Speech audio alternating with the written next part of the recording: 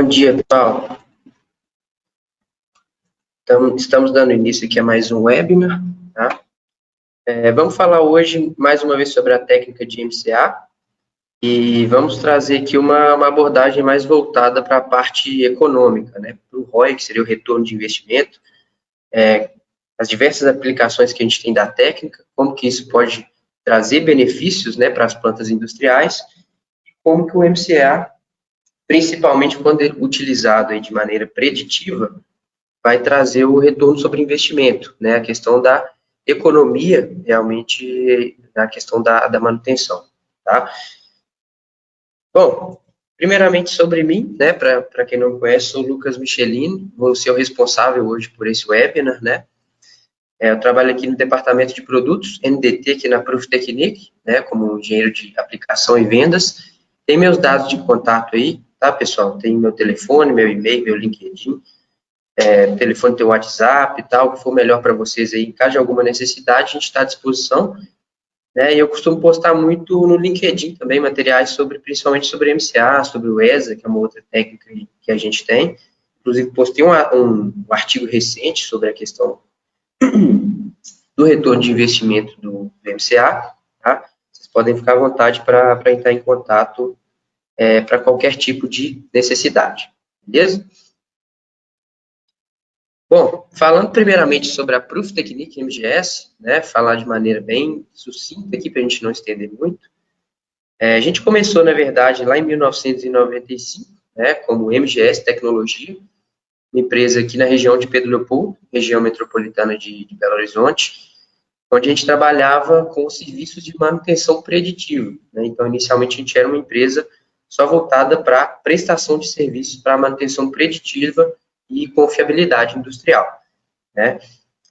Já em 2007, a gente começou aí a representação da Proftechnic, que é uma multinacional, uma empresa de origem alemã, né? A gente começou essa representação em 2007, e foi uma parceria que deu muito certo, né? Uma parceria de sucesso, tanto que em 2016 a gente concretizou o processo de joint venture, né? Ou seja, a Proftechnic ela comprou uma parte da MGS, e a gente atua dessa maneira até hoje, né, com o nome de Proftechnic MGS, tá? Então, atualmente, a gente vende os aparelhos e também faz a prestação de serviços. Ela não só produtos da Proftechnic, como de outras marcas, como é o caso que a gente vai falar hoje, que é da Altest Pro, né, empresa que a gente representa também no Brasil. E em 2019, a Proftechnic ela foi incorporada à Fluke, né? A Fluke comprou a Proftechnic a nível global. Então, hoje a gente é uma empresa que faz parte do grupo, mas a gente trabalha com outras soluções. Então, temos um portfólio completo, tanto para a venda de produtos quanto prestação de serviços, né? Para a parte elétrica, mecânica, lubrificação, confiabilidade industrial no geral. Tá? Então, só um pouco da nossa história, só um pouco do que a gente traz aí de soluções para a indústria, né? De maneira bem rápida aqui para a gente não estender.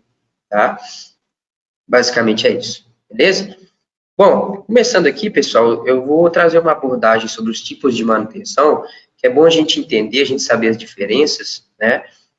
Porque o MCA é uma técnica que é feita para utilizar, principalmente de maneira preditiva. Claro que tem outras aplicações, mas é o principal para a gente conseguir um resultado mais positivo, tá?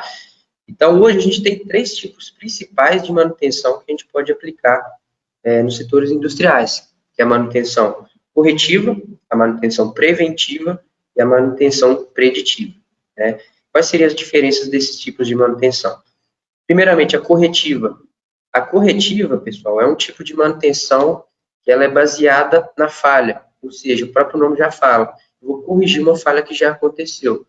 Então, nesse caso, para utilizar desse tipo de manutenção, eu só vou agir depois da falha, né? Quando a falha já aconteceu, eu não tenho um monitoramento prévio para ter noção de como está o funcionamento ali do meu sistema, tá? Então, assim, não é o método de manutenção mais efetivo, porque ele ocorre depois da falha. Não tem como a gente trabalhar para evitar essa falha, evitar essa parada, que traz um prejuízo enorme para qualquer planta industrial. Já a manutenção preventiva, ela é baseada em intervalo de tempo, né? Ou outros intervalos, por exemplo, troca de óleo dos carros, né? Ela tem que ocorrer de tantos em tantos quilômetros rodados, né, ou de tanto em tanto tempo, Então, é baseada no tempo ou na quilometragem. Qual que é o ponto negativo? Quando eu vou fazer a troca do óleo, eu não sei se realmente o óleo ele já está ruim ou se ele está bom. Eu não faço um monitoramento desse óleo para eu saber se chegou no ponto de fazer a troca. Às vezes eu estou trocando um óleo que está no estado bom, né? Então, ela é baseada né, nesses intervalos de tempo ou de outros parâmetros, tá? E já a preditiva, que é também conhecida como monitoramento da condição, ela é baseada exatamente no monitoramento, ou seja, eu vou estar ali sempre medindo parâmetros, né, aplicando essas técnicas de medição para diversos parâmetros de tempos em tempos definidos, tá? Para saber como está a saúde dos meus ativos, né? Dessa maneira, eu só vou intervir se houver necessidade e no tempo correto, tá? Por isso que ela é chamada de monitoramento da condição. Então, é o método mais efetivo que a gente tem hoje para o monitoramento. Na prática, a gente vê uma mistura dos três. Às vezes eu tenho uma máquina que não é crítica, que não vai parar minha planta, eu posso agir na corretiva. Para os motores mais críticos, eu posso agir na preditiva, ou para algumas máquinas na preventiva. Na prática, a gente vê uma mistura dos três, mas no final das contas, a forma mais efetiva de manutenção é a preditiva, porque eu só vou intervir se houver necessidade e só vou intervir no tempo correto, tá? Sem ter a possibilidade de inserir uma nova falha, por abrir o motor sem a necessidade, beleza? É mais ou menos isso que a gente tem nos diferentes tipos de manutenção. Eu trouxe aqui algumas abordagens também mais gráficas, né, para a gente ter mais visual mesmo essa abordagem das diferentes tipos de manutenção. Pegando esse gráfico aí que a gente tem mais à esquerda, é um gráfico que está ali de tempo por performance, né? Ou seja, quando eu, no tempo zero, quando eu vou dar a partida no meu ativo ali, no meu motor, nesse caso que a gente está falando, ele está ali no máximo da sua performance, ele é um motor novo, né? E ele vai permanecer assim por um bom tempo, ele tem uma vida útil considerável, né? Claro que isso depende muito da situação, se ele está em sobrecarga, esse tipo de coisa, mas enfim. E é ali que a gente vai atuar na manutenção preditiva, ou seja, eu vou atuar antes da falha potencial, vou monitorar esse ativo para saber de como está o estado dele desde quando ele deu a partida, desde quando ele começou no tempo zero ali, tá? A gente tem um ponto destacado ali onde ocorre a falha potencial e a partir daí é que vem a manutenção preventiva e as inspeções, né? Aquela realizada depois de um período de tempo onde eu possivelmente já posso ter alguma falha potencial, mas não necessariamente, tá? Às vezes o motor está numa condição que permite funcionar por um período de tempo ainda maior, né? E à medida que a performance desse motor vai caindo, eu vou chegar realmente ali próximo do zero, onde ocorre a falha fatal, o motor queima, por exemplo, no nosso caso aqui, e é aí que eu vou aplicar a corretiva, tá? Então, a corretiva, ela funciona somente depois da falha, por isso que não é o mais adequado, gera aquela parada inesperada, todo aquele transtorno na planta industrial. Com relação a custos, né? Qual que é o cenário que a gente tem hoje? O custo inicial da preditiva ele é mais alto, a gente tem um investimento em instrumentação, em equipe, capacitação da equipe, tá? Porém, ao longo do tempo, a gente vê que ele tende a ficar mais baixo, esse custo diminui muito. Eu vou mostrar por que esse custo diminui tanto, né? Eu vim trazer isso hoje para vocês. A corretiva, o custo inicial é baixo, né? Não tem custo a princípio. Eu só vou realmente enxergar isso quando as máquinas começarem a falhar. Você tem uma tabela ali que relaciona o custo por ano ali, né, dos três tipos de manutenção, como a gente está conversando aqui, né, a corretiva, perdão, tem um custo mais alto, preventiva em segundo e preditiva em terceiro. É claro, considerando isso ao longo prazo, né. Mais alguns gráficos que eu trouxe aqui, pessoal, esse aqui é do Documento Nacional da Abraman, 2022. Nesse gráfico à esquerda, a gente vê a distribuição de HH, né, de hora-homem em serviços de manutenção. Eles têm as segmentações lá, eu peguei geral, tá, sem segmentar por segmento industrial nem nada. E a gente vê que a preventiva é a que mais tem influência nesse gráfico aí, né, 41% da HH distribuída no serviço. A segunda é a corretiva, com 38%, a terceira é a preditiva, com 19%, né? Ou seja, a distribuição de HH em preditiva, ela é metade do que a manutenção corretiva. Isso mostra um cenário que não é legal para a gente, né? A gente tem que trazer isso mais para corretiva, para preditiva, para evitar exatamente a situação da queima, tá? E o gráfico aí mais à direita, ele traz uma pesquisa que foi realizada, né, por que motivos, né, da dificuldade que eles têm, os gestores, né, que responderam à pesquisa, para implantar um sistema de ativos, e a principal delas, como vocês podem ver, é a cultura do imediatismo, né, ou seja, querer ver o resultado rápido. A preditiva, a gente sabe que ela demora um tempo para agir, né, vocês começam a ver o resultado depois, mas quando começa a ver o resultado, ele vem de uma maneira impressionante, tá? Então, tem um custo alto, inicial, depois isso tende a se estabilizar. Tem outros recursos ali, que eu não vou entrar muito em detalhes para não estender muito, mas, por exemplo, falta de recursos, né, desconhecimento da alta gestão, foco em outras prioridades, foram outras respostas que a gente teve aí também dos gestores de manutenção, tá? Mas a principal delas, com certeza, é a cultura do imediatismo, é querer ver o resultado em tempo recorde, né? Quando a gente sabe que no longo prazo isso tende a se estabilizar. Beleza? Bom, passando agora para a parte de falhas em motores, pessoal, a gente tem gráficos aqui que a gente sempre traz nas nossas palestras, nos webinars, e eu trouxe aqui mais uma vez porque é interessante a gente mostrar essa noção de incidência de falhas em motores, tá? Então, são gráficos do Instituto Mobius, a gente vê aqui incidência de falhas em motores, principalmente relacionadas a rolamentos, desbalanceamento e desalinhamento, falhas no rotor e também falhas no estator, tá?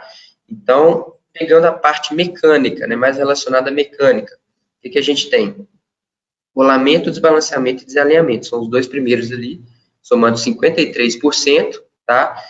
E falhas de rotor e de estator, estão relacionadas à parte elétrica, somando ali 47%, ou seja, quase que meio a meio a distribuição entre falhas elétricas e mecânicas que a gente tem, incidência em motores elétricos, né? O que isso mostra para a gente? Qual que é a importância de eu ter um monitoramento completo para falhas elétricas em motores, né? Então, a gente vê o pessoal foca muito em análise de vibração, em termografia, em alinhamento, claro que é muito importante, mas a gente não pode deixar de ter um monitoramento da parte elétrica, né? Afinal de contas, ele representa as falhas elétricas, na verdade, né? Representam quase que metade das falhas, da incidência de falhas em motores elétricos, tá? E falando em específico sobre as falhas elétricas, a gente tem aí essa distribuição, o gráfico também do Instituto Mobius, né, que traz essa distribuição de falhas elétricas aí. Então, qual que é o cenário? A gente tem falhas de isolamento, né, que representam 17% das falhas de motor, falhas de bobinas, 23%, e de espiras, 60%, a grande maioria. Então, hoje, a maioria dos clientes das plantas que a gente conversa, o pessoal utiliza muito o megômetro. E é uma técnica realmente que tem que ser utilizada, claro, né, para medir a resistência de isolamento dos motores. Porém, só o megômetro, ele traz um diagnóstico incompleto, né? Ele consegue diagnosticar, segundo esse gráfico aí que a gente está vendo, somente 17% das falhas elétricas que são incidentes no motor, tá? Então, tem 83% de falhas que hoje, só utilizando o megômetro, eu não consigo observar. Falhas de espiras, falhas de bobinas, tá? Até outras questões que não estão mostradas aqui, mas falhas de conexão, falhas de rotor, né?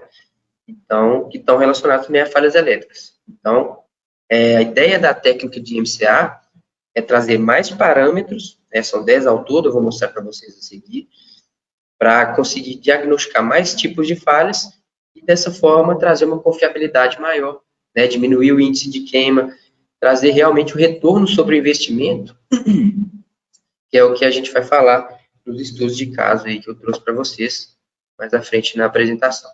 Tá? Bom, como eu falei para vocês, são 10 parâmetros que a gente tem hoje na técnica de MCA, né? São esses 10 que vocês estão vendo aí, tá? Não vou entrar em detalhes, tá, pessoal? Coisa muito técnica, a gente tem outros webinars, treinamento que falam com mais detalhes sobre os parâmetros. Aqui é mais para mostrar realmente o que a gente traz. Então, além de uma resistência de isolamento ali, que é o número 10, por exemplo, a gente traz uma resistência entre as fases, impedância, indutância, ângulo de fase. São parâmetros que pegam falhas mais críticas, inclusive, né, e que nos permitem realmente ter essa confiabilidade e trazer todo esse resultado, né, que o MCA realmente traz, a gente conseguir ter o funcionamento mais eficiente da nossa planta com relação à disponibilidade de ativos, tá? E um pouco das falhas que a gente consegue detectar. Então, curtos no geral, né, nas bobinas, entre as espiras ou entre as fases, que já é uma falha mais crítica, que leva à queima do longo prazo, tá, e que não é tão simples de ser diagnosticado. Falhas de isolamento, então, não só a resistência de isolamento do motor que a gente mede, como também o isolamento entre os condutores, isolamento no geral, tá, entre as chapas do estator. Falhas nos cabos, o teste pode ser feito pelo CCM, a gente consegue medir o cabeamento também. Conexões oxidadas ou mau contato, né, já é uma falha também mais fácil de ser resolvida, às vezes você faz a troca de um terminal, aperta um parafuso, isso já se resolve. Falhas relacionadas a rotor gaiola de esquilo, se ele está com uma barra trincada, se ele está fora de centro, rotor bobinado também a gente consegue medir, tá? Contaminação interna, seja por, enfim, graxa, umidade, qualquer tipo de contaminante, tá? Sujeira, poeira. E também o sobreaquecimento, né? Uma degradação inicial ali do material isolante, a gente consegue verificar com a técnica, tá? Então, basicamente, esses tipos de falhas que a gente tem aqui, tá, pessoal? Como eu falei, não vou entrar muito tecnicamente, falar sobre cada um dos parâmetros, é só uma abordagem geral da técnica, né? Quem quiser conhecer, fica à vontade aí para pesquisar nos nossos outros materiais ou entrar em contato com a gente por e-mail também, tá? Bom, falando agora sobre o custo de manutenção, né? Que na verdade, é a abordagem principal que a gente trouxe aqui nesse web, né? Falar um pouco sobre o custo, como o MCA pode nos ajudar a reduzir os custos de manutenção industrial, tá? Então, eu trouxe 5 situações principais aí, né? Claro que tem muitas outras, mas as 5 principais que a gente traz para responder essa pergunta, né? Como o MCA pode ajudar a reduzir os custos de manutenção da minha planta, tá? Primeiro, redução no custo de manutenção dos motores, porque a gente tem vários tipos de medida corretiva, né? Quando uma falha é diagnosticada. Dependendo do tipo de falha, eu consigo direcionar isso melhor. Como eu tenho muitos parâmetros no MCA, eu consigo saber qual é o tipo de falha, consigo fazer esse direcionamento e economizar também na manutenção dos motores. Eu vou falar sobre cada um deles com mais detalhes, tá? Redução no número de queimas inesperadas, né, que é a situação realmente que a gente busca sempre evitar. É uma situação totalmente aleatória, a gente não sabe quando vai acontecer, com qual motor vai acontecer, pode gerar uma parada de linha de produção, uma parada da planta como um todo, né? Então é uma situação que traz um transtorno muito grande para qualquer planta industrial, tá? Temos ganho com eficiência de motores, né? Então tem situações que podem gerar perda de eficiência de motores, isso gera gastos desnecessários também, tá? Ganho com eficiência no tempo de medição, né? A gente sabe que o MCL é um teste bem prático e simples. O tempo de medição é em torno de 3 minutos para avaliar toda a condição do estator. Então, a gente consegue ganhar muito na eficiência de medição, principalmente em paradas, né? Então, dependendo do andamento, de como está a parada, como estão as questões do CCM, por exemplo, dos equipamentos, a gente consegue medir aí 20, 30 motores no dia, o que é realmente muito rápido, né? E a outra questão, testes em máquinas que voltaram de oficina ou máquinas sobressalentes, máquinas de almoxarifado. Porque muitas vezes o serviço da oficina, ele pode ser que não tenha sido feito da melhor forma, né? Se você não fizer o teste, você vai descobrir tardiamente, tá? Então vai ocasionar um retrabalho aí também, a gente vai ver posteriormente. Falando primeiro, então, sobre o custo da manutenção dos motores, como eu falei para vocês, a gente tem vários tipos de medidas corretivas, né? Então, se eu tenho uma falha que ela é mais crítica, por exemplo, curto no bobinado, curto na ranhura do estator, a fase aberta, realmente, às vezes deu um curto, a fase chegou ao ponto de abrir, né? Ou um desequilíbrio de bobinas entre as fases, é uma situação que eu não tenho muito para onde correr. Eu tenho que fazer o rebobinamento do motor ou a troca do motor, colocar um motor novo, tá? É uma situação que gera um custo mais elevado, mas de qualquer forma não se compara ao custo de parada de uma máquina, né? Então, realmente, para esses tipos de falhas que são mais críticos, eu tenho que agir já no rebobinamento.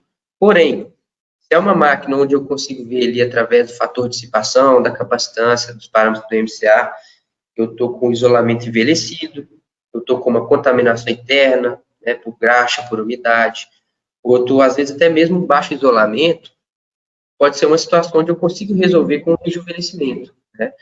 Seria nada mais do que a limpeza, né, limpar o motor, colocar ali numa estufa para tentar voltar com o sistema de isolamento desse motor.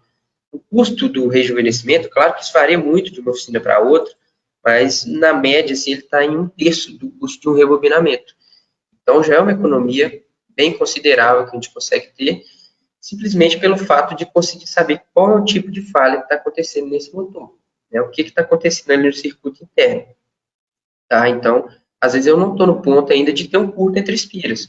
Eu consigo resolver essa situação, isolamento ressecado, envelhecido, talvez com rejuvenescimento. Se não deu certo, realmente eu vou partir aí para o rebobinamento ou para a troca dessa máquina. Tá?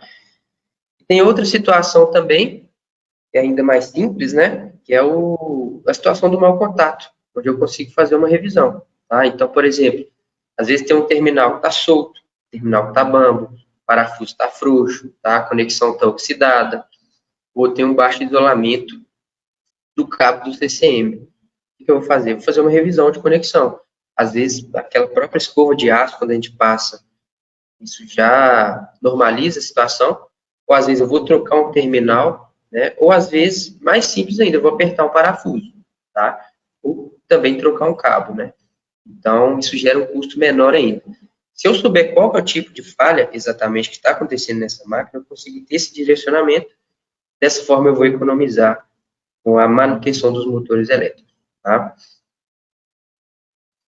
Bom, uma outra situação aqui, que é a queima inesperada, né, que realmente é a mais grave que a gente busca evitar. Né? Então, a gente fez um cálculo básico aqui para uma máquina, né, no caso de ter uma queima. Detalhe que a gente considerou é que tem um motor reserva, tá, pessoal? Tem um motor pronto ali para ser instalado. Se não tivesse esse motor, esse custo no total aqui, como vocês estão vendo, deu 249 mil, quase 250.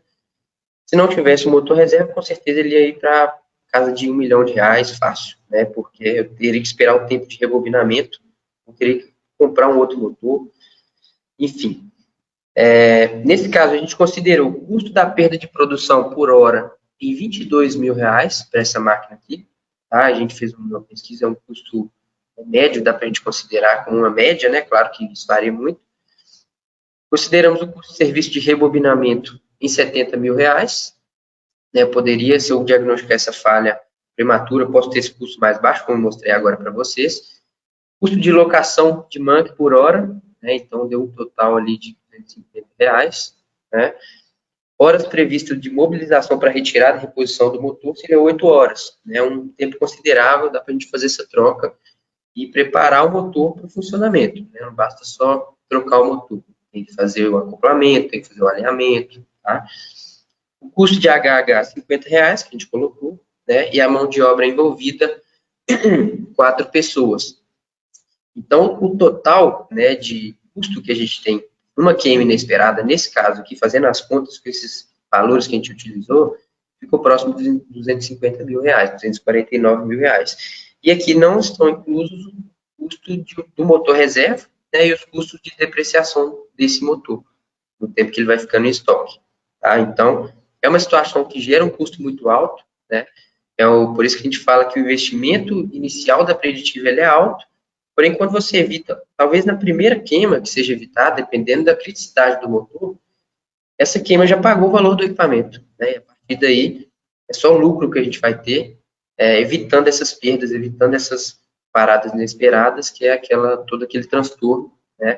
Que quem trabalha na manutenção conhece bem. Tá? Então, nessa situação que a gente utilizou, o custo de R$250 mil, e eu trouxe até um estudo de caso, inclusive já foi assunto de um webinar nosso, né, sobre a ADM, mas eu quis trazer mais uma vez para reforçar essa questão das queimas inesperadas.